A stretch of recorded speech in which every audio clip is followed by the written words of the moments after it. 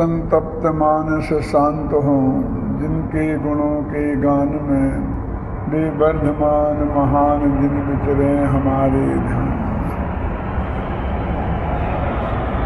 नुमा समय साराय स्वानुभूत्या चकास्ते, चित स्वभावाय भावाय सर्वभावांतरिक्षदे, बंदित्व शब्द सिद्धे ध्रुवमचल मणो वयम गयम पत्ते, बोच्छामी समय पाहुड़ मणमोशे केवली भणी। समय सार की विषय वस्तु के संदर्भ में अपन ने चर्चा आरंभ की थी कि उसमें क्या है। तो समय सार की 5वीं गाथा में कुंदकुंदाचार्य देव ने खुद प्रतिज्ञा की है कि तम एयत विहत्तम दायेजम अपणो स्वविहीणे, मैं उस एकत्व भक्त भगवान आत्मा को दिखाऊंगा। यानी वो पूरे समय सार में हमें क्या बताना चाहते हैं कि वे आत्मा का स्वरूप बताना चाहते हैं। तो कौन से आत्मा का स्वरूप बताना चाहते हैं? क्योंकि आत्मा तो ये निगोदिया भी हैं, संसारी भी हैं, कुत्ता बिल्ली भी हैं, हम तुम भी हैं, सिद्ध भगवान भी हैं। तो वे कौन से आत्मा की बात बताना चाहते हैं? तो उन्होंने उसके लिए विशेषण दिया एकत्व विभक्त, कि मैं तुम्हें एकत्व भक्त आत्मा को बताऊंगा। हर जगह शुद्ध आत्मा, सिद्ध आत्मा, गायक भाव ऐसे तो शब्द बहुत आते हैं, लेकिन ये कुंद कुंड में एकत्व भक्त, ये जो प्रतिज्ञा वाक्य में ये बात है,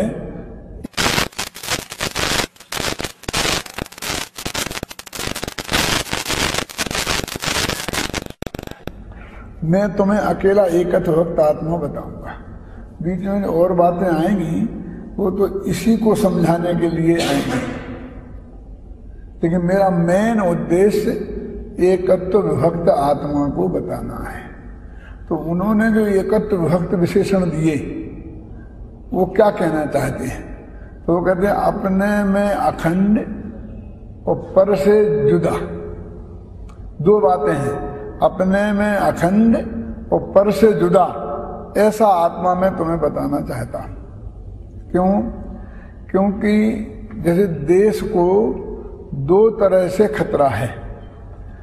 एक तो देश की जो सीमाएं हैं उसको पड़ोसी देश उल्लंघन नहीं करें, और दूसरी ये है कि देश के अंदर जो लाखों लोग रहते हैं वे आपस में लड़ मर करके भी देश को विखंडित ना कर दें। तो देश को खंडित होने के दो बातें हो सकती हैं।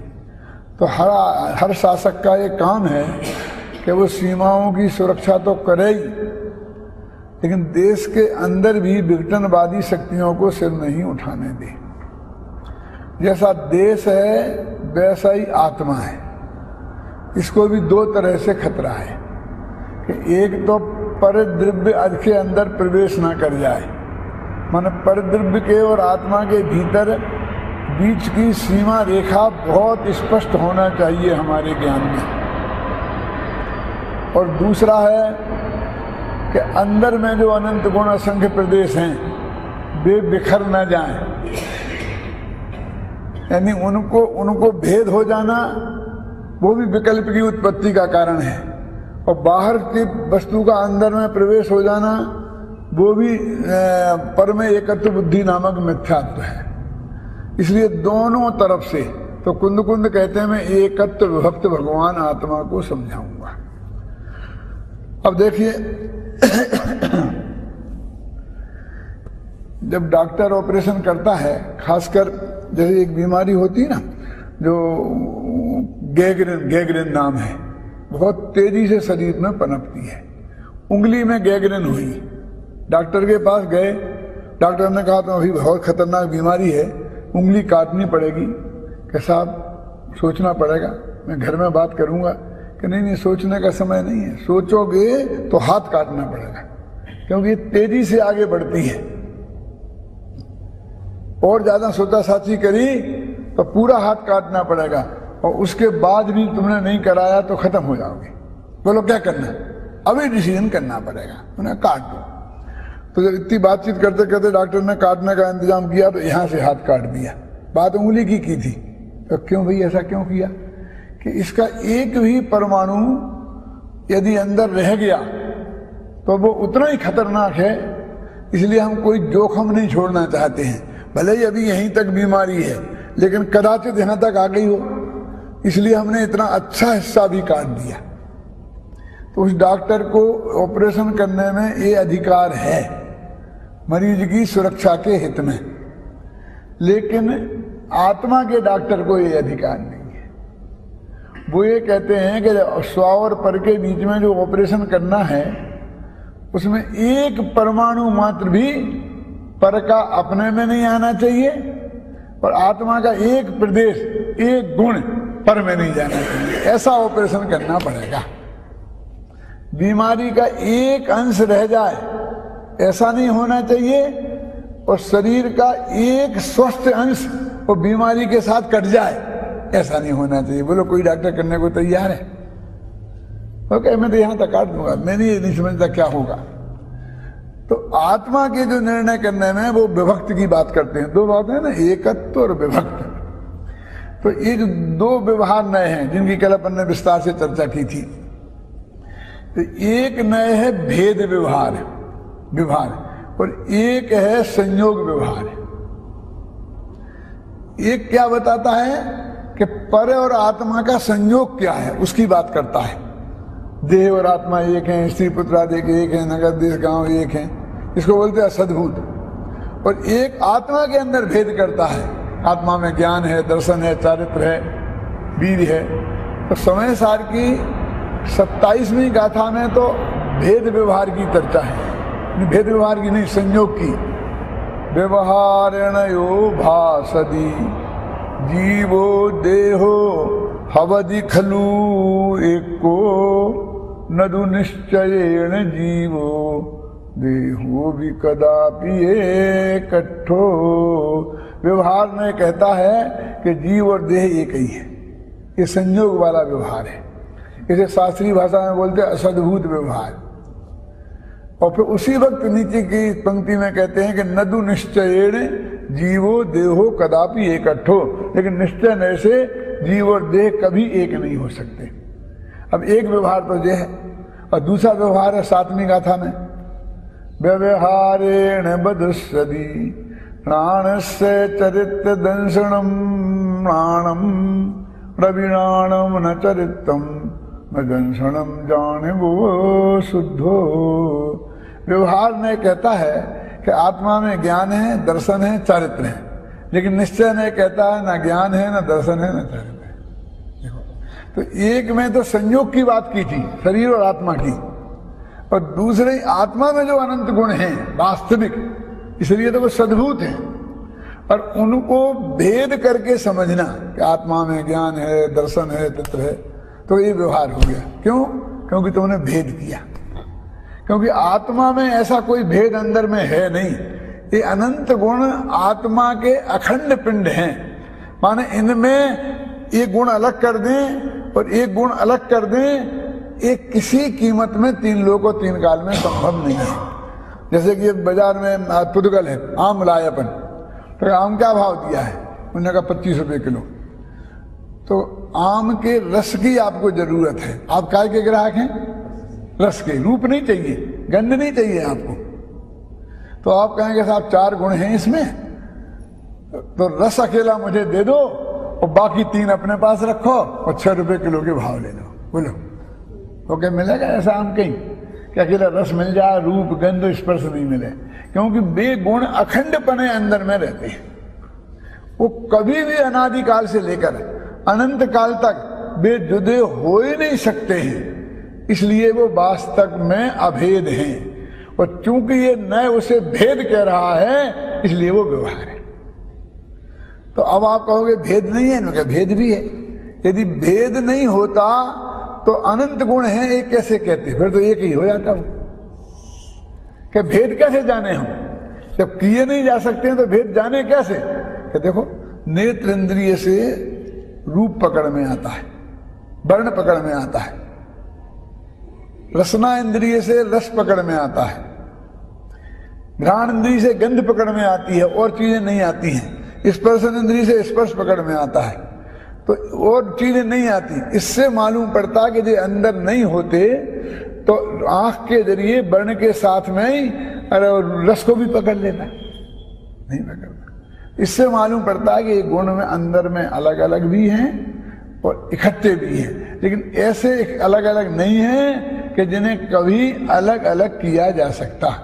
इसको शास्त्रीय भाषा में बोलते हैं कि इनमें प्रदेश भेद नहीं है। प्रदेश भेद नहीं है का मतलब क्या कि जो असंख्यात प्रदेश आत्मा के हैं वे ही असंख्यात प्रदेश ज्ञान की है। कैसे? जैसे देखिए कि हिंदुस्तान और पाकिस्तान, अब ये दो देश हैं। क्यों? क्योंकि इनका एरिया अलग अलग है। प्रदेश माने एरिया।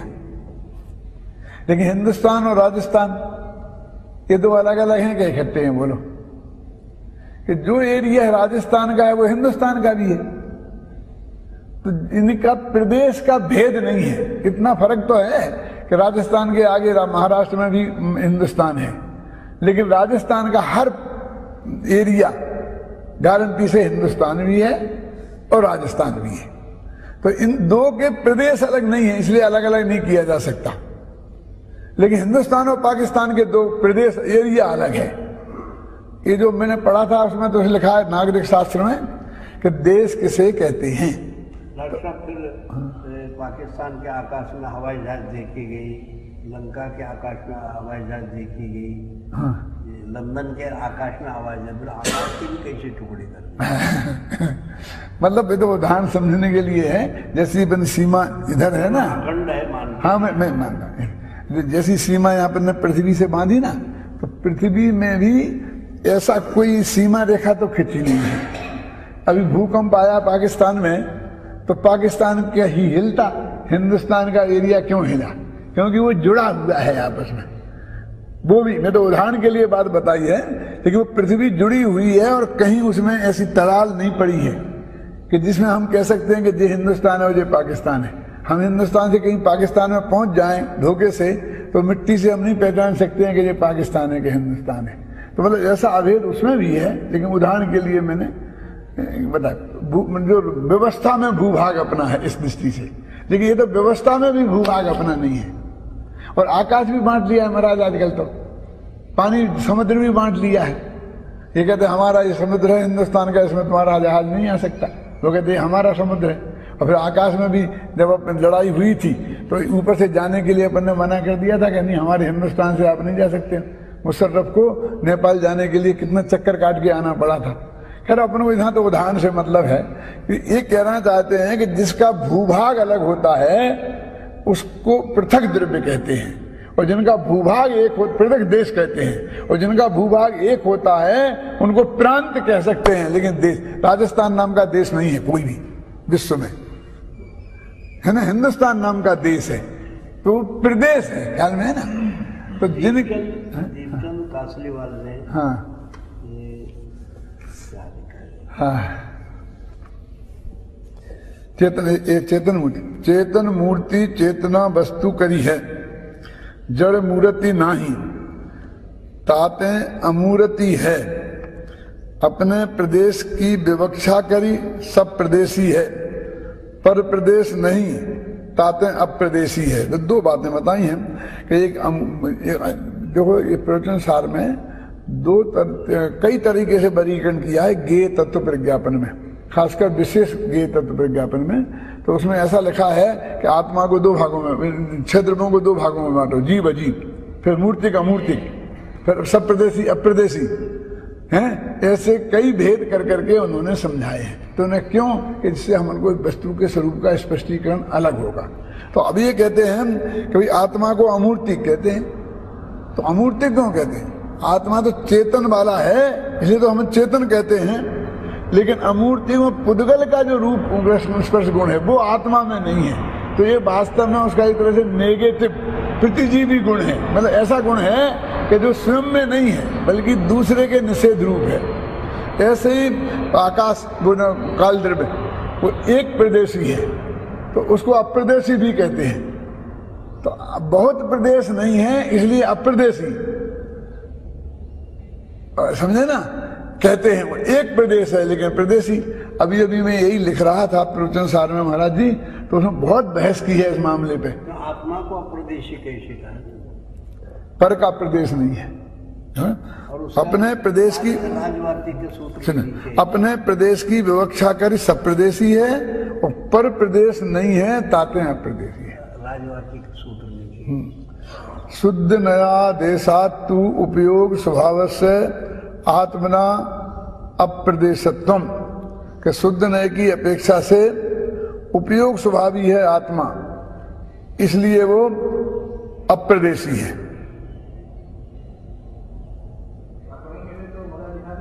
निरंश में भी कल्पना से हम प्रदेश का कल्पना करते हैं, निरंश होते हुए है निरंश हो, कल्पना से वहाँ हम प्रदेश का करते हैं। ये जो मैं बता था प्रवचन सार में महाराज, व्याकरण में हाँ हाँ हाँ, इसमें जो 15वें गाथा में आ गए ना अपदेश ग्रंथ, हाँ तो व्याकरण में लिखा अप्रदेशी प्रदेश रही तत्व अवयव निरंशी निरन्वय, ये व्युत्पत्ति दे बोले ये अखंड द्रव्य है अप्रदेशम, आत्मा अखंड द्रव्य, किसी का टुकड़ा नहीं। इसका कारण एक और बता रहा हूं मैं, नारायण श्री कृष्ण ने गीता में कहा ममय वांशो जीवलोके जीव होता सनातन, ये सारे आत्मा मेरे टुकड़े हैं।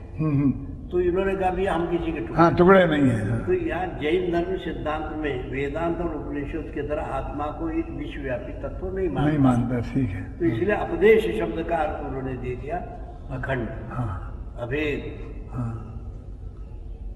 आप जयमाला बोलते समय विराग सनातन शांत निरंश, निरंश शब्द भी आत्मा को पंचाध्याय में बार बार मतलब किसी का अंश नहीं, पर का अंश नहीं है ना, पर का प्रदेश। तो ये जो लिखा है काल द्रव्य के बारे में इसमें प्रवचन सार में करीब 143-44 गाथा की बात है, 42 होगी, क्या आत्मा निरन्वय नहीं है, ये उस पूरी गाथा का ये अर्थ है। अब व्याकरण में भी कहा ना, अप्रदेशी प्रदेश रही तत्व निरन्वय निरंश।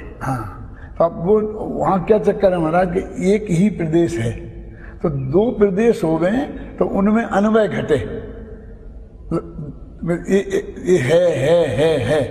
तो वो कहते हैं कि आत्मा का अकाल द्रव्य का अकेला एक प्रदेश है, तो उस वो अन्वय नहीं रह गया, अकेले प्रदेश है, इसीलिए अप्रदेशी का। हाँ, अप्रदेशी का ना, मतलब कोई प्रदेश नहीं है, हम कल्पना से प्रदेश मान रहे हैं समझाते समय। यहाँ दर्द हुआ, बोले ये यहाँ दर्द हुआ, तो ये प्रदेश हो गया। वो अखंड आत्मा के अगर यहाँ कैसे हुआ पता चलता, हाथ यही कैसे, आंख में के सो गए रात में, खाट छूटी तो हाथ यही जाता, तो अखंड ऐसे। ये बात सही। अब वो जो कहते हैं ना काल की अपेक्षा से वो सान्वय है, काल मैंने कि अनादि से लेके अनंत काल तक हर पर्याय में वो है ना, तो ये व्यतिरेक नहीं, अन्वय है। तो उसमें सिद्ध किया है। अपने यहाँ कहते अपना भगवान आत्मा है तो असंख्य प्रदेशी है, इस दृष्टि से असंख्य प्रदेश में कंटिन्यूटी भी है और दो जुदे जुदे भी हैं, अपेक्षा ही है, लेकिन कंटिन्यूटी है, ये अपेक्षा वजनदार है। जो आपने बताया ना, ये वजनदार इसलिए है कि जैसे राजस्थान मध्य प्रदेश जो भेद किए, ये तो व्यवस्था के लिए किए गए हैं, वास्तविक भेद नहीं है। लेकिन हिंदुस्तान पाकिस्तान और प्रदेश बदलते रहते हैं। आजादी के पश्चात सब प्रांत अलग हो गए। तो जैसे आत्मा में प्रदेशों की भिन्नपना है, उससे अभिन्नता अखंडता ज्यादा वजनदार है, एक पॉइंट। दूसरा यह है कि आत्मा का अनुभव करना हो तो ना तो भेद के आश्रय से अनुभव होता है, ना भेदाभेद के आश्रय से अनुभव होता है, अनुभव अभेद के आश्रय से होता है, क्योंकि भेद और भेदाभेद के आश्रय से विकल्प की उत्पत्ति होती है और अनुभव निर्विकल्प होता है। इसलिए उसमें भेद का निर्देश किया, प्रदेश भेद का निषेध किया।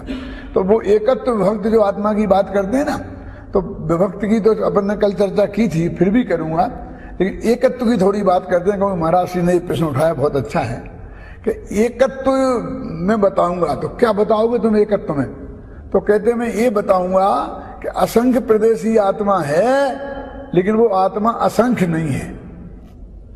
अनंत गुण वाला आत्मा है, पर वो आत्मा अनंत नहीं है गुणों की अपेक्षा।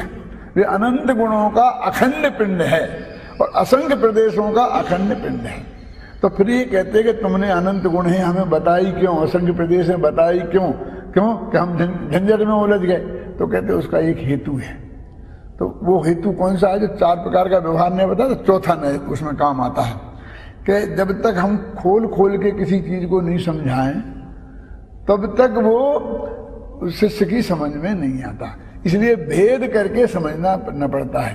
और जो उदाहरण दिया ना अपन कि वो 8वीं गाथा में कि आप एक आत्मा आत्मा कहते रहे तो मिलेच्छ की समझ में कुछ नहीं आता है, आंखें फाड़ फाड़ के देखता है। और जब कहे कि जाने सो आत्मा देखे सो आत्मा, तो इस तरह गुण पर्याय की तरफ से बताया। जाने सो आत्मा मान ज्ञान, गुण और ज्ञान पर्याय की तरफ से बताया। देखे सो आत्मा तो उसकी समझ में कुछ आता है। तो भेद व्यवहार के बिना शिष्यों को अखंड आत्मा भी समझाया नहीं जा सकता है। शिष्यों को हाँ हाँ हाँ, हाँ। इसलिए तो बार बार लिखा ना। हाँ। एक ही बात को 3 तरीके की उपदेश दे दिया। हाँ, हाँ। मंद बुद्धि, मध्यम बुद्धि और सूक्ष्म बुद्धि के लिए मैंने अलग अलग किया। 3 तरह का है ना। इस मध्यम से रुचि वाले शिष्यों को है, ये उत्कृष्ट रुचि वाले शिष्यों को है, ये संक्षिप्त रुचि वालों के शिष्यों को है। इसमें समय सार में 12 गाथाओं में पूरा समय सार खत्म हो गया संक्षिप्त रुचि वाले शिष्यों को, है ना। 12 गाथा में पूरी बात कह दी। और मैं तो ये कहता हूँ संक्षिप्त रुचि वालों को अकेली 6वीं और 7वीं 2 गाथाओं में महाराज जी पूरा समय सार आ गया।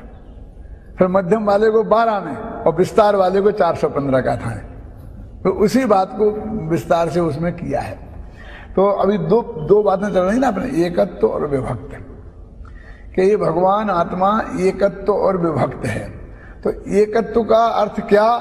माने अनंत गुण और असंख्य प्रदेश इन वाला होने पर भी उसमें वो जुदे जुदे नहीं, असंख्य आत्मा नहीं है, ख्याल है ना। आत्मा एक है और उसके प्रदेश अलग है, क्योंकि उनमें एक अनुस्यूति से रचित प्रवाह है। 114वीं गाथा प्रवचन सार की, तो उसमें ये बात समझाई है कि अनुस्यूति से रचित प्रवाह है। अनुस्यूति से रचित प्रवाह क्या? कि ये जो असंख्य प्रदेश है ना, तो उन दोनों के बीच में इसे विस्तार क्रम बोलते हैं कि वो अलग अलग, तो इस अर्थ में भी कहते हैं कि असंख्यात लोकालकाश के प्रदेश हैं। और एक दफे आत्मा वो उसमें काल में ना कौन सा वो होता है समुद्रघात, तो लोकालोक पूर्ण हो जाता है। तो लोकाकाश के एक एक प्रदेश में आत्मा एक एक प्रदेश हो गए, फैल गए।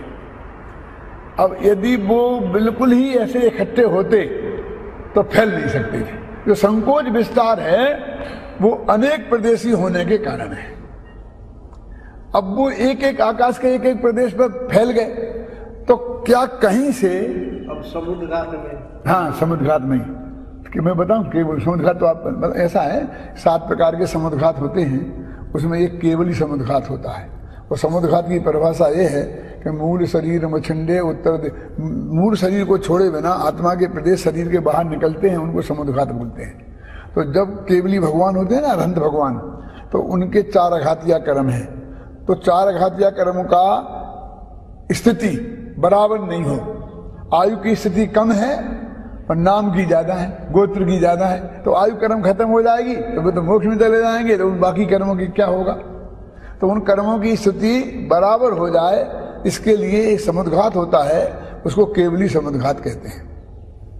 केवली समुद्रघात में क्या होता है कि जो मुनिराज अरहंत भगवान ध्यान में हैं, तो उनके आत्मा के प्रदेश जो शरीर प्रमाण है ना अभी, वे निकल के लोकालोक ऐसे दंड प्रमाण हो जाते हैं, माने लोकाकाश के अंतिम भाग तक। ये बात बताइए, हाँ। उसके साथ आत्मा के प्रदेश तो 3 लोग बराबर हो गए, हाँ, हाँ, हाँ, लोकाकाश के बराबर, हाँ, हाँ। क्या जो आत्मा में 4 कर्म हैं वो भी वो प्रदेश के साथ सब फैल जाते हैं क्या? वही उसी में रहते हैं? फैल जाना तो हो गया। नहीं महाराज, फैल जाना चाहिए, क्योंकि नहीं फैले, हाँ क्यों, तो फिर वो प्रदेश कर्म रहित हो जाएंगे।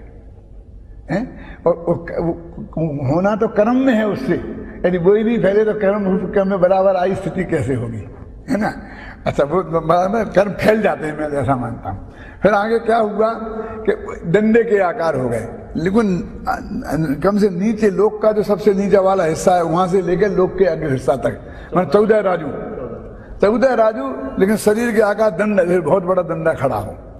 फिर वो ऐसे बगल की तरफ निकलते हैं, कपाट, जैसे किवाड़ खुलते हैं ना, ऐसे किवाड़ खुलते हैं, तो प्रदेश ऐसे बगल में निकलते हैं, उसे बोलते हैं कपाट।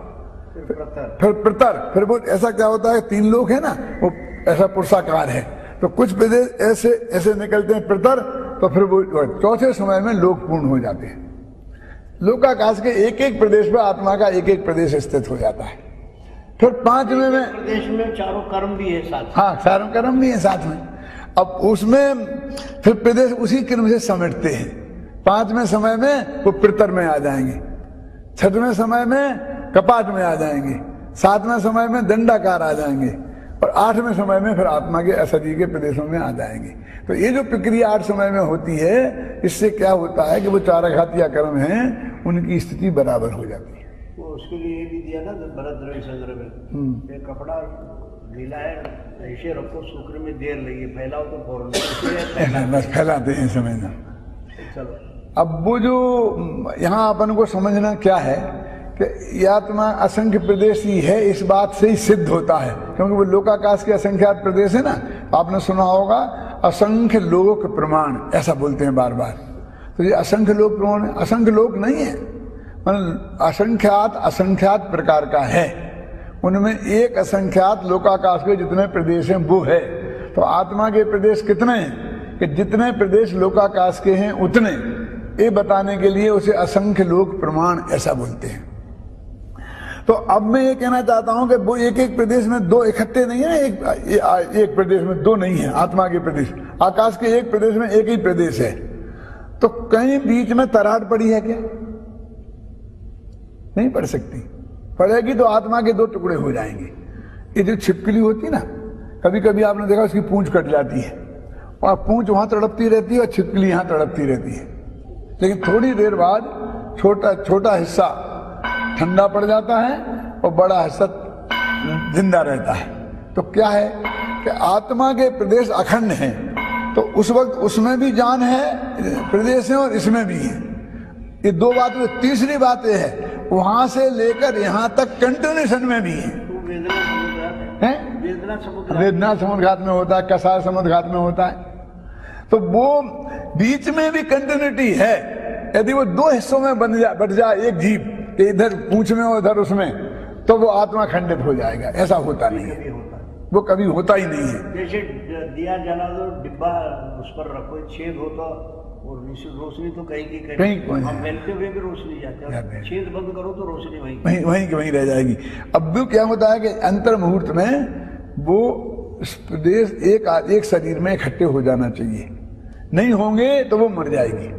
तो अंतर मुहूर्त ही तक वो तड़पेगी, बाद में इधर आ जाएंगे। मुनिराज होते हैं ना, तो उनको माथे से आहरक शरीर का पुतला निकलता है और केवली भगवान के पास जाता है, शंका समाधान करके आता है, लेकिन वो भी अंतर मुहूर्त में वापस आ जाना चाहिए, नहीं तो मुनिराज का स्वर्गवास हो जाए।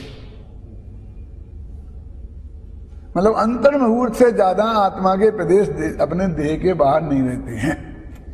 अपन को तो सिर्फ यहाँ ये सिद्ध करना है कि लोकाकाश के एक एक प्रदेश पर आत्मा का एक एक प्रदेश है, तो कोई प्रदेश ऐसा नहीं है जो 2 प्रदेश जिसमें हो, तो मतलब वो बिल्कुल खुल गया पूरा। अब उन दोनों प्रदेशों के बीच में अखंडता है, माने उनमें कहीं पर ऐसी टूटन नहीं है कि हम बीच में से तोड़ सके उन्हें। काल द्रव्यों में है, 2 काल द्रव्य है ना, तो एक आकाश के प्रदेश में इसमें है, एक इसमें है, तो उन दोनों के बीच में सांध है, बिल्कुल अलग अलग है। और आत्मा के 2 प्रदेश आकाश के प्रदेश में हैं, उनमें सांध नहीं है। इसको शास्त्र में बोलते हैं अनुस्मृति से रहित प्रवाह, ये प्रदेशों का, इसको बोलते हैं विस्तार क्रम, और एक होता है प्रवाह क्रम। तो ऐसे जैसे ऐसी 2 पर्यायों के बीच में जगह नहीं है, जैसे 2 प्रदेशों के बीच में जगह नहीं है, ऐसे 2 पर्यायों के बीच में जगह नहीं है। प्रदेश का आकार षटकोण माना गया है, गोल नहीं होता है, चौकोर नहीं होता है। षटकोण क्यों माना गया है? उसके पीछे हाँ, ये हमारे अंगूठा है, इसमें 6 द्रव्य है। हाँ हाँ हाँ हाँ है, 6 द्रव्य है। हाँ, आकाश भी है, धर्म है, धर्म। इतने प्रदेश। अब इनके सबके अलग अलग प्रदेश होते हुए भी फिर इसमें जो कारमान वर्णना कहाँ रहते थे? कहते कारमान वर्णना भी तो पुद्गल ही है ना। तो जब जिस शरीर के जैसे मान लो ये औदारिक शरीर के जैसे प्रदेश हैं, परमाणु हैं, ऐसे कारमान शरीर के परमाणु भी हैं। वो कारमान वर्णना का तो परिणाम है ना कर्म। तो फिर वो कारमान वर्णना है इन 9 कर्म के, और वो कभी मिलावट नहीं होती। हाँ, बहुत अच्छी बात बताई महाराज ने। देखो क्या बारीकी है कि कारमान वर्णना हमेशा कर्म रूप में ही परिणमित होगी है, वो कभी भी औदारिक शरीर नहीं बन सकती। आहार वर्णना हमेशा औदारिक शरीर बनेगी, वो कारमान शरीर नहीं बन सकती। तेजस वर्णना वो तेजस शरीर बनेगी। तो ये एक आकाश के प्रदेश में ये वर्गणाएं एक साथ रहती हैं तो भी एक दूसरे रूप कभी नहीं होती। अब बताइए फिर हमारे जो शब्द वर्गणा है वो यहाँ है कहाँ से निकलती? शब्द वर्गणा भी लोकाकाश में ठस भरी हुई है सब जगह।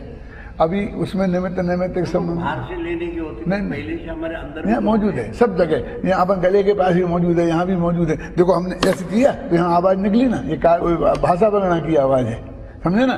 तो यहाँ अब अपन को ऐसी निकल रही है, इसमें बोल रहा हूँ, ऐसी यहाँ क्यों नहीं निकली? क्योंकि यहाँ ये यंत्र है, वो यंत्र की निमित्तता है। लेकिन ये सब जगह का ये आवाज आई ना, ये भाषा वर्णना में से आई, आहार वर्णना में से। जो अपन कहते दोनों हाथों में से नहीं आई है, हाथ तो आहार वर्णना है ना। ये आई आवाज भाषा वर्णना में से, लेकिन निमित्त दोनों हाथों का आहार वर्णना निमित्त बनी। तो वो जो 23 प्रकार की वर्णनाएं होती हैं, एक पुद्गल और 22 प्रकार की वर्णनाएं, उनमें ऐसा अंतर है अलग अलग। जिनका बोल बंद हो जाता तो क्या उनकी भाषा वर्णना खत्म हो जाती? उनका तो खत्म हो जाती, ये यंत्र में खराबी आ गई। हो जाते हैं। हाँ, शब्द वर्णना भी खत्म हो नहीं, शब्द वर्णना तो हाँ है खचाखच, वो तो उसके यंत्र में खराबी आ गई। जैसे कान में सुनाई देनी होती है। हाँ बस ऐसा है। हाँ, तो एक इसमें थोड़ी और डिटेल है कि ये जो कारमान वर्णना है ना, इनमें भी महाराज जी ज्ञानावर्णी की अलग वर्णना है, दर्शनावर्णी की अलग है, वेदनी की अलग है। ऐसा नहीं कि कोई भी कर्म आगे किसी रूप में चेंज जाएगा। वो बड़ा था ऊपर साल हमारे टोडरमल की टीका में उन्होंने लिखा है कि भैया एक कर्म तो एक ही है, फिर उसके बाद उसे ज्ञानावर्णी 8 वेद हो गए, फिर 148, परंतु कर्मों के 148 के भी असंख्य वेद हैं। तो वो कैसे एक साथ रहते हैं उसके लिए दृष्टांत दिया उन्होंने अपने उसमें कि 1 करोड़ वनस्पति अलग अलग जाति के पत्ते आप ले लीजिए, सूखने के बाद उसको पाउडर जैसे पीस लीजिए और भगोने में भिगो दीजिए। तो उसमें कितने हो गए? 1 करोड़। एक गिलास में अलग ले लिया, उसमें कितने हैं? 1 करोड़। फिर चम्मच में ले लिया, उसमें कितने हैं? 1 करोड़। फिर एक बूंद ले लिया, उसमें कितने हैं? 1 करोड़। और एक सुई के नोक पर लिया, उसमें कितने? तो 1 करोड़। सुई के नोक पे भी इसमें भी 1 करोड़ रहते। ऐसे एक एक प्रदेश में अलग अलग वर्गणों के दुख देने वाले या कोई फल रहते हैं अलग अलग। ये जो ये चूरन का भी उदाहरण आता है। 25 चीजों को मिलाकर एक चूरन बनाया। अब समझे ना, मान लो वो 1 तोला है, एक तोला 25 चीजें मिलाई तो 25 तोला चूरन बन गया। अब हमने 1 तोला चूरन निकाला तो उसमें 25 चीजें हैं कि नहीं? अब हमने 1 ग्राम तो चूरन निकाला तो उसमें 25 चीजें हैं कि नहीं? अब 1 ग्राम का लाखवां भाग निकाला तो उसमें 25 चीजें हैं कि नहीं? तो ऐसे सब में वो विद्यमान रहता है। अब अपनी ये बात चल रही थी कि जो प्रदेशों की अखंडता और गुणों की अखंडता, गुण भेद नहीं है भगवान आत्मा में और गुण है, और प्रदेश भेद नहीं है और प्रदेश है। ये बता सुनना क्या कहते हैं, जो चौथा न्याय है ना सदुगुण व्यवहार, वो आप गुण की बात बता रहे तो निर्गुणा गुणा का भी तो ये कहते गुण की परिभाषा तत्वा सूत्र में ये दी है कि द्रव्याश्रया निर्गुणा गुणा। गुण द्रव्य के आश्रय रहते हैं, एक गुण दूसरे गुण के आश्रय नहीं रहता। जैसे मतलब ज्ञान है वो आत्मा में रहता है, दर्शन है वो आत्मा में रहता है, लेकिन ज्ञान में दर्शन नहीं रहता। एक गुण दूसरे गुण के आश्रय, रूप में रस नहीं रहता, रस में रूप नहीं रहता, लेकिन रूप और रस दोनों पुद्गल में रहते हैं। तो द्रव्य के आश्रय गुण होते हैं और एक गुण के आश्रय से दूसरा गुण नहीं होता। यदि वो होने लग जाए तो फिर वो द्रव्य हो जाएगा, वो गुण ही द्रव्य हो जाएगा ना। तो द्रव्यास, अब वो क्या है कि एक द्रव्य और गुण अलग अलग, तो वो एक द्रव्यत्व से ही तो जुड़े हुए हैं, जरा समझना। अब इसमें एक शंका और आती है महाराज जी कि यदि वो गुण में दूसरा गुण नहीं है तो एक ज्ञान गुण तो हुआ चेतन, तो बाकी सुख गुण है वो चेतन है क्या? चेतन है। प्रश्न आता है, वे चेतन है, अनंत गुण है, वे चेतन है कि अचेतन? नहीं, उसमें कथनचित है जैन दर्शन में, उसमें एक कथनचित चेतन है और कथनचित अचेतन है। ज्ञान तो चेतन ही है, लेकिन कथनचित अचेतन कैसा है कि वो ज्ञान गुण से भिन्न है इसलिए अचेतन है, और ज्ञान गुण का रूप उनमें है, जो 47 शक्तियों के प्रकरण में आती है बात कि एक ज्ञान सुख स्वरूप नहीं है, लेकिन ज्ञान सुख रूप है। क्या मतलब? सुख ज्ञान का स्वरूप नहीं है, अपना रूप नहीं है, लेकिन सुख गुण का रूप ज्ञान में है। आपने कही हाँ। तो ज्ञान चेतना अज्ञान चेतना कैसे भेद कर दिया है? ज्ञान चेतना और अज्ञान चेतना। हाँ, तो ज्ञान चेतना कैसे इन सबसे अलग कोई भेद कर सकते हैं? हाँ, चेतना 3 प्रकार की होती कही ना अपने शास्त्रों में कि एक ज्ञान चेतना, एक कर्म चेतना, एक कर्म फल चेतना। नहीं, वो अज्ञान चेतना के 2 भेद है। हाँ, 2 भेद है महाराज। तो वास्तव में मूल में 2 है चेतना, ज्ञान चेतना और अज्ञान चेतना के 2 भेद, कर्म चेतना और कर्म फल चेतना। अब हम संक्षेप में इनका थोड़ा स्वरूप बताऊंगे कि मैं करूं, ऐसा करने के प्रति जागृति है, उसका नाम है कर्म चेतना। तो मैं भोगूं, तो ये भोगने के प्रति जो जागृति है उसका नाम है कर्म फल चेतना। और सिर्फ जानने का के प्रति जो जागृति है, ज्ञाता दृष्टा आत्म राम, उसका नाम है ज्ञान चेतना। अब क्या है कि कर्म चेतना, जैसे अब बहुत सी माताएं बहनें ऐसी होती हैं कि जिन्हें रसोई बनाने में बहुत आनंद आता है और खिलाने में बहुत मजा आता है, खाने में उतना रस नहीं है। तो रूखा सूखा बचेंगे तो खा लेंगे, नहीं खाएंगे, कम खाएंगे, ज्यादा खाएंगे, उपवास है, एक आसन है। और आदमी बच्चों को खाते हैं सुबह शाम, सबको बना बना के बहुत प्रेम से खिलाती है। तो वो कर्म चेतना की प्रधानता वाली है, करना। आदमी भी ऐसे होते हैं, सुबह से शाम तक धंधा करने में। फल चेतना की जीव। हाँ, वो बताता हूँ, अभी बता रहा हूँ, वो कहने वाला हूँ 1 सेकंड में। तो अब आदमी में कैसी होती है? कमाना, और खादी का कुर्ता, खादी की धोती पहने, रूखा सूखा, और खाए और चलता है, और वो बहनों से लाद दे, है ना, और खुद एक अंगूठी नहीं पहने। होता कि नहीं होता ऐसा? बोलो। तो उसे पहनने का शौक नहीं है, पहनाने का शौक है, समझे ना। बच्चों को बढ़िया से बढ़िया कपड़े पहनाएगा, मकान सिंगारेगा, मकान ऐसा बनाएगा दुनिया देखने आए, और खुद को नहीं सिंगारेगा। ये कर्म चेतना की प्रधानता वाले हैं। अब कर्म फल चेतना की प्रधानता वाले कौन है? कि जिन्हें भोगने में ही रस आता है, करने में नहीं।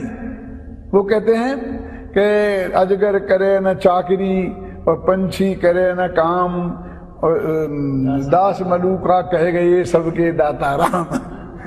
महाराज जी ने बताया ना अभी कि 1 इंद्री से लेकर असैनी पंचेंद्रिय तक के जीव कर्म फल चेतना की प्रधानता वाले हैं। उन्हें बस जो मिल गया, ठंडी हवा आई तो भोग ली, गर्म हवा आई तो भोग ली। पर ये पेड़ है ना, ये इनको कर्तृत्व की बात नहीं है, ज्ञान इतना सजग नहीं है कि कुछ करना है। तो जो आ गया, पानी नीचे से आ गया तो भोग लिया, ठंडी हवा लगी तो भोग ली, गर्म हवा ली तो भोग ली। तो ये कर्म फल चेतना की प्रधानता वाले हैं। सैनी पंचेंद्रिय होने के बाद कर्म चेतना की प्रधानता आ जाती है। अभी देखो जैन धर्म में और अन्य धर्मों में फर्क कितना है कि तो ये द्विंद्रिय का फिर हम वो भी सब ज्ञान फल चेतना वाले ही है, प्रधानता ज्ञान। कर्म फल चेतना। हाँ, कर्म फल चेतना, जो संयोग मिल गया उसे बस भोग लिया, झगड़ा खत्म। द्विंद्रिय से लेकर हाँ, असैनी पंचेंद्रिय है महाराज। एक इंद्रिय का भी ऐसा ही। हाँ, एक वो तो उदाहरण स्पष्ट है ना, क्योंकि कुछ भी करते हुए देखे नहीं जाते हैं, लेकिन 2 इंद्रिया में कर्म चेतना भी आ जाती है। तो हवा लगने से आनंद होता होगा। हाँ, तो वो जब दुख होता है ना, इसलिए वो कर्म फल चेतना। और जैसे चिंटी है तो भागती है ना, तो वो कर्म चेतना भी हो गई। लेकिन कर्म फल चेतना की मुख्यता तो भागती है, ऐसे आप कह रहे हैं। हाँ। तो एक बात तो पूछूंगा कि कागज को यहाँ आग लगने के बाद वो आग भी भागती है, फिर उसका भी वो तो अज्ञान है महाराज, इसलिए वो समझती भक्ति तो बचने के लिए, और उसी में जाकर आदमी भी ऐसी गलती कर सकता है। भी एक जगह से दूसरी है ना, कि भागे इसके लिए कि मैं ऊपर धरती कंप हुआ तो भागे, लेकिन वो जहाँ खड़ा था वहां रहता तो शायद बच जाता और वहां जाके मर जाए। तो वो तो उसके अज्ञान के मतलब की वजह से बात है। लेकिन उनमें वो कर्तृत्व भी देखा जाता, माने चींटियां वो दाना इकट्ठा करती भी देखी जाती, ख्याल में आई ना। लेकिन भोग की प्रधानता भी है और कर्म की। लेकिन सैनी पंचेंद्री में फिर ज्यादा करने का विकल्प की ज्यादा। और मैंने दो भेद बताए ना, जैसे उसमें कि जो कुछ करने के विकल्प वाले होंगे। तो अब स्थावर और त्रस जो शब्दों की उत्पत्ति थी, त्रस शब्द का त्रास होने से, दुख होने से। हाँ, त्रिसंति माने गमन करना भी होता है, त्रिसंति गच्छन्ति, जो चलते हैं उन्हें त्रस बोलते हैं। इसीलिए वो आग भी भागती रहती है, तो दुख से भागती है ये हाँ। अब वो अग्नि की बात कही तो वहां प्रश्न खड़ा किया है सर्वा सिद्धि वगैरह में कि आप कहते हो स्थान शीला स्थावरा और त्रिसंति वित्रसा। तत्पर प्रवृत्ति में असंप्राप्त आसुपाटी का संवर्णन माना है अग्नि को। हाँ, नहीं मैं बता रहा हूँ महाराज, तो उसमें क्या लिखा है कि व्याख्या ऐसी की स्थान शीला स्थावरा और त्रिसंति त्रिसा। जो एक जगह खड़े रहे उन्हें स्थावर कहते हैं, और जो चले वो त्रिस बोलते हैं। तो पूज्यपाद स्वामी ने प्रश्न किया, सुनो सुनो सुनो, पूज्यपाद स्वामी ने प्रश्न किया कि ये परिभाषा सही नहीं है, ये विपत्ति ठीक नहीं है। क्यों? क्योंकि अग्नि और हवा चलती देखी जाती है, वो स्थावर है। ये तर्क वहां खड़ा किया है ना। और बहुत से त्रिस भी जब बैठे हैं तो इस त्रिस के स्थावर, ऐसा तर्क किया। तो उन्होंने जवाब दिया कि ये तो स्थूल कथन है, सूक्ष्म तो त्रिस नाम कर्म का उदय जिसके है वो त्रिस, और स्थावर नाम कर्म का उदय है वे स्थावर। कर्म का नाम कर्म का उदय है ना। हाँ बस, हाँ। वो त्रस का उसको कह नहीं सकते। हाँ, स्थावर ही कहते हैं अग्नि को भी, और भले भागे जाए। हाँ, और कर्म का उदय तो स्थावर नाम। हाँ, स्थावर नाम कर्म का उदय है, इसलिए इससे है।